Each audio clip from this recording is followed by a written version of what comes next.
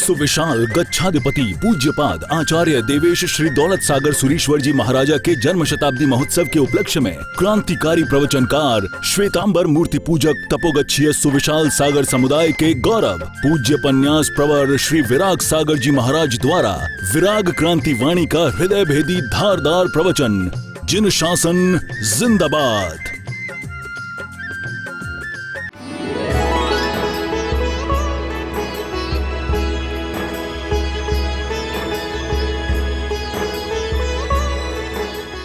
जय गिरिराज, जय आदिनाथ, जय गुरुदेव। ज्ञानसार ग्रंथ के अंदर महोपाध्याय यशो विजय जी महाराजा ने एक अद्भुत श्लोक लिखा है। पतंग भृंग मीने भ सारंगा यंति दुर्दशाम एक केंद्रीय दोषाच दुष्टे से किम पंचभिः। ये जो हमें जो 5 इंद्रिय हमें मिली है, अनंत पुण्य से इन इंद्रियों की प्राप्ति होती है। स्पर्शनेन्द्रिय, रसनेन्द्रिय, घ्राणेन्द्रिय, चक्षुरेन्द्रिय, श्रोत्रेन्द्रिय, ये जो 5 ऑर्गन्स, 5 ऑर्गन जिसको कहते हैं skin, tongue, nose, eyes and ears, ये 5 इंद्रिय अनंत अनंत अनंत पुण्य से ही प्राप्त होती है। लेकिन देखो, ये जो पुण्य से प्राप्त हुई हमारी जो इंद्रिय है, आज इस इंद्रियों का हमने क्या सही में सदुपयोग किया है या दुरुपयोग किया है? अपनी इन इंद्रियों को हमने सही दिशा में, सन्मार्ग पर क्या हमने इस इंद्रियों का सही उपयोग किया है, या सिर्फ भोग सुखों के लिए, सिर्फ अपनी अय्याशी को पूर्ण करने के लिए हम इन इंद्रियों का उपयोग कर रहे हैं? एक चीज याद रखना कि जिंदगी में आप जिस चीज का आप गैर इस्तेमाल करते हैं, आप जिसका मिसयूज करते हैं, आप जिसके द्वारा कोई आप डिसएडवांटेज लेते हैं, भविष्य में कभी भी वो इंद्रिय आपको कभी प्राप्त नहीं हो सकती है।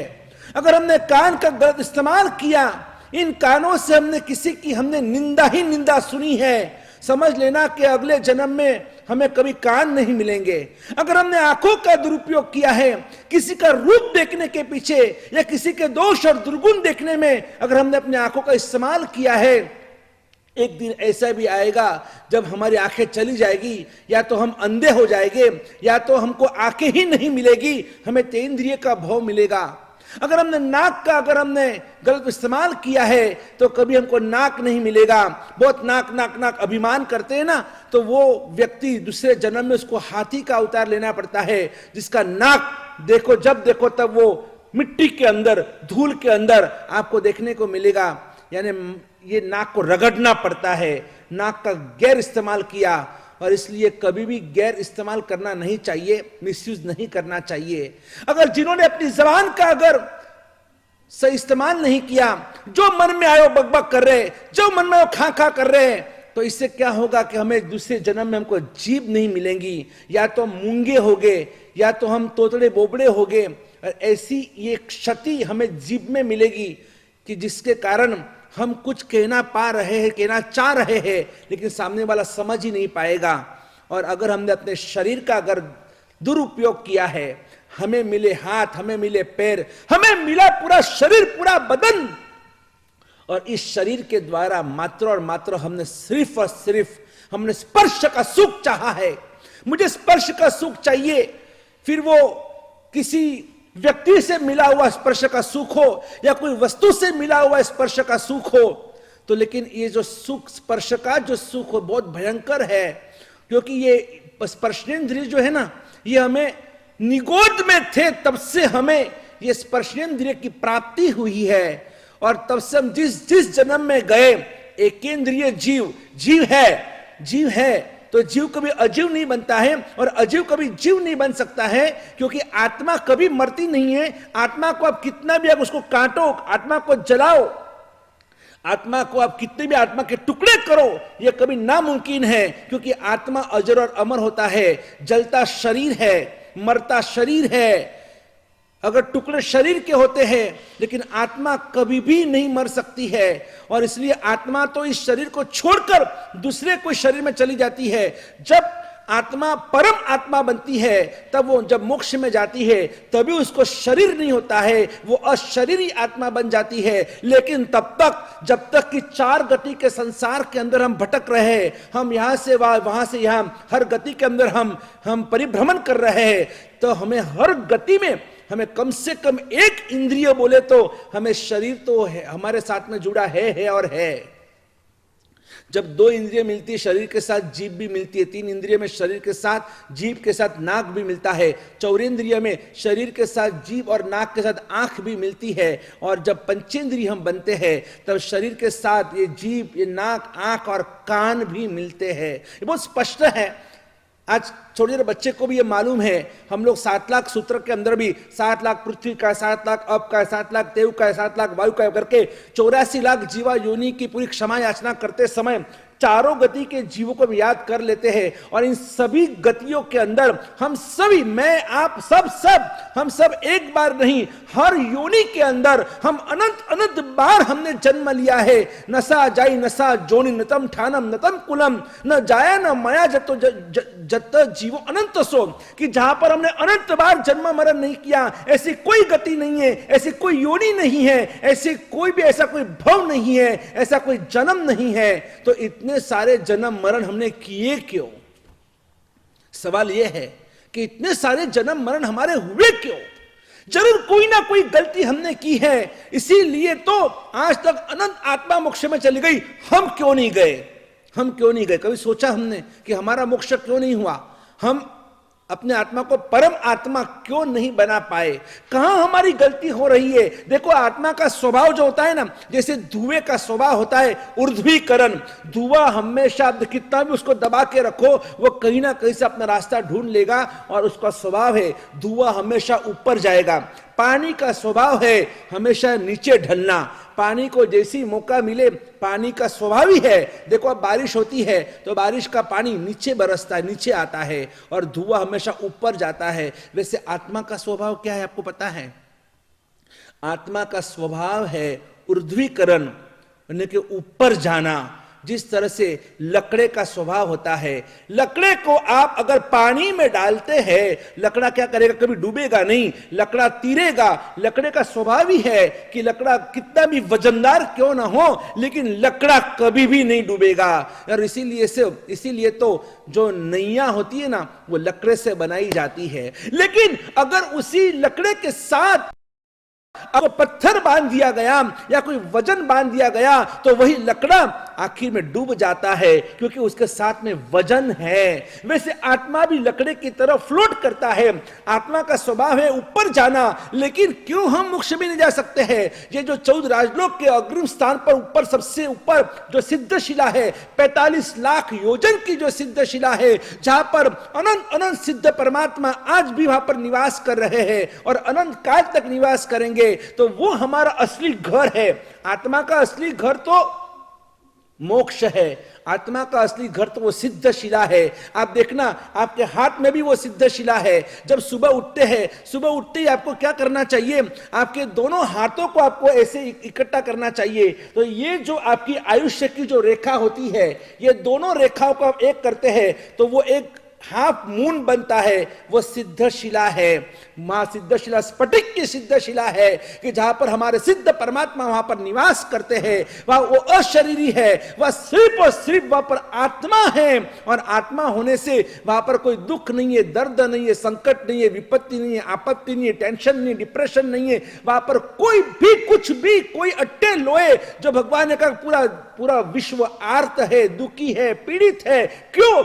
क्योंकि वो शरीर के साथ है। इसलिए ये सबसे बड़ी जो दिक्कत है, सबसे बड़ी प्रॉब्लम जो है, वो शरीर है। शरीर है और ये इंद्रिय है, और इंद्रियों को सुख चाहिए, और वो सुख बहलाने का काम, बहकाने का काम ये जो मन जो होता है ना, बहुत विचित्र मन हमें मिला है। जितना ये मन अच्छा उतना ही बुरा है। पूरे दिन जैसे हमको कोई ना कोई निमित्त मिलता है, निमित्तवासी आत्मा है, और निमित्तवासी आत्मा होने से कहीं ना कहीं तो हमारे जीवन में कोई ना कोई घटना दुर्घटना होते रहती है। और जब कोई ऐसी घटना बनती है तो घटना होने के बाद हमारे मन में ऐसे चल विचल संकल्प विकल्प, इतने सारे थॉट्स, इतने सारे विचार, इतने सारे अरमान, इतने सारे हमारे मन के अंदर विचार का तूफान खड़ा हो जाता है। एक बवंडर खड़ा हो जाता है कि जिसकी वजह से हम स्वयं बहुत बार अपने मन से नाराज और दुखी बन जाते हैं। क्या करूं समझ में नहीं आता है, मेरे मन में इतनी हलचल क्यों है, मेरे मन में इतने विचार क्यों आ रहे हैं। मैं ही कभी कभी अपने मन से थक जाता हूं, आप भी कभी कभी आपके मन से थक जाते हो। ये विचार हम जितने विचारों को निकालने की कोशिश करते हैं ना, उतने विचार हम पर हावी हो जाते हैं। इसलिए मन को तो हमको समझना है, आगे हम समझेंगे, लेकिन अभी जो बात फिलहाल की, जो ये मन जो है ना, ये मन ही हमारे इंद्रियों को बहकाने का काम करता है। नहीं, अभी ये टेस्ट बराबर नहीं है, ये बराबर, ये ठंडा है, ये अभी चाय तो गर्म चाहिए, पानी तो ठंडा ही चाहिए। कभी हमने ऐसा उल्टा नहीं किया। अगर उल्टा हो जाए तो क्या होगा, अगर कितनी भी गर्मी हो तो भी हमको चाय कैसी पीने के लिए चाहिए, तो गरम गरम चाहिए, और कितनी भी ठंडी हो तो पानी कैसे, तो पानी भी ठंडा चाहिए। गर्मी में भी गर्म चाय, ठंडी में भी ठंडा पानी। अगर उल्टा हो जाए तो गर्मी के अंदर अगर आपको पानी गर्म मिले और चाय ठंडी पीने मिले तो चलेगा? नहीं चलेगा, नहीं चलता है, क्योंकि एक आदत हो गई है। ये जो जीभ है ना, ये जीभ को वो सुख चाहिए। कौन सा स्वाद का सुख चाहिए? ये ठंडा, ये गर्म, ये तीखा, ये मीठा, ये खारा, ये तूरा, ये सब कुछ जो 4 अंगुल का खेल है। ये जीभ जो है ना, सिर्फ 2 इंच की करामत है।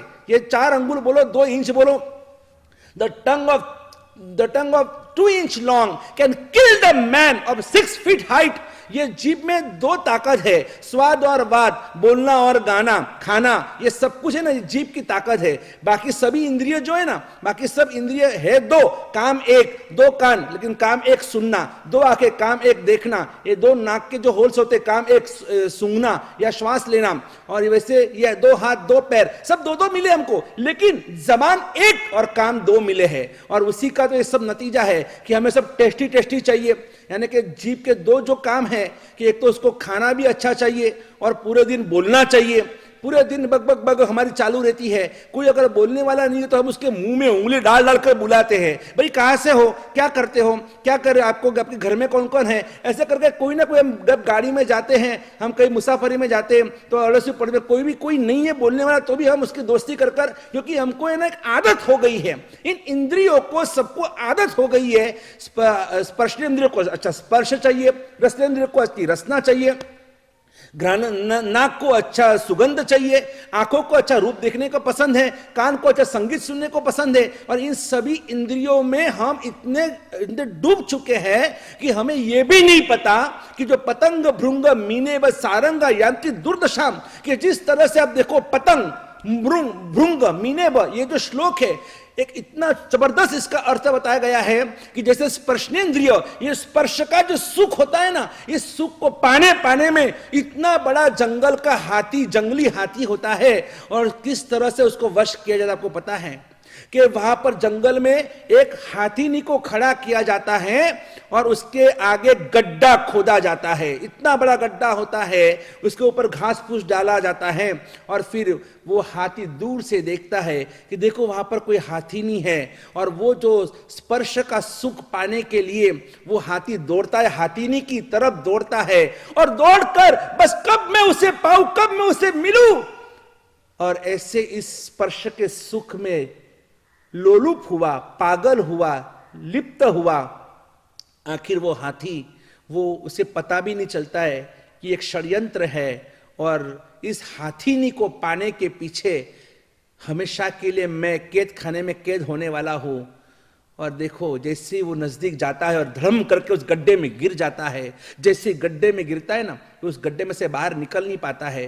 फिर उस जंगली हाथी को बहुत टॉर्चरिंग किया जाता है, उस जंगली हाथी को करंट दिया जाता है, उसे बहुत भूखा रखा जाता है, उसे मारा जाता है, पीटा जाता है, तब जाकर उसे वश किया जाता है।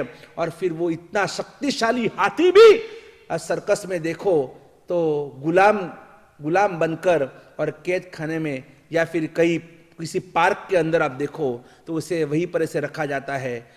तो वो कैद कैसे हुआ? एक आजादी जो उसकी जिंदगी की एक स्पर्श के सुख के पीछे पागल बना वो हाथी जिंदगी के लिए गुलाम बन जाता है।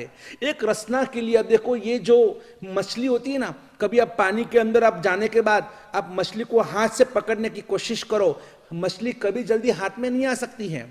मछली पानी की वो रानी कहलाती है, वो जल्दी कभी आप पानी के अंदर उसको हाथ से पकड़ने जाएंगे, मछली कभी भी आपके हाथ में आ ही नहीं सकती है, वो भाग जाएगी।